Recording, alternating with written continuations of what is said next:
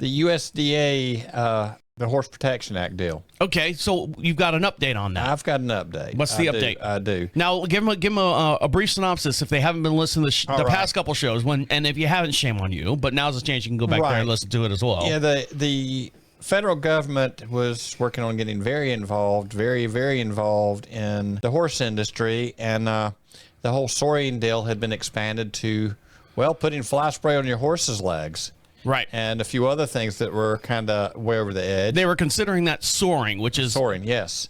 And, nobody wants any animals to be abused. But some of what they were putting in there is like to eliminate pads altogether.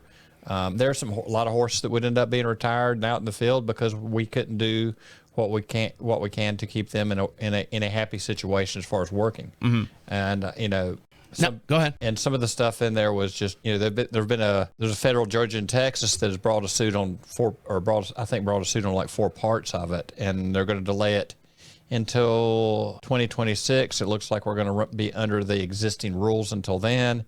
And what are the existing rules? What we have right now? What we have right now. So nothing's going to change. Right now, nothing's going to change. Okay, because I know the last update we had, they were going to look and revisit everything by April 1st of this year. Right. That's now they're going to look at and revisit everything between 2026 and until May 20th of this year. People can have public input, and they need to have some public input on this. Well, yeah. I mean, it's you have these, bureaucrats up there in the office, and most of them have been put there by us. Right. And we just might not know exactly whether they have the best intention for horses. Right. There was one point brought up from one of my trainers that the way a horse is ridden could be considered soaring. So, and who's going to make the judgment call? You have to have some kind of committee or someone like that can set a precedent and say, okay, here's where we're at.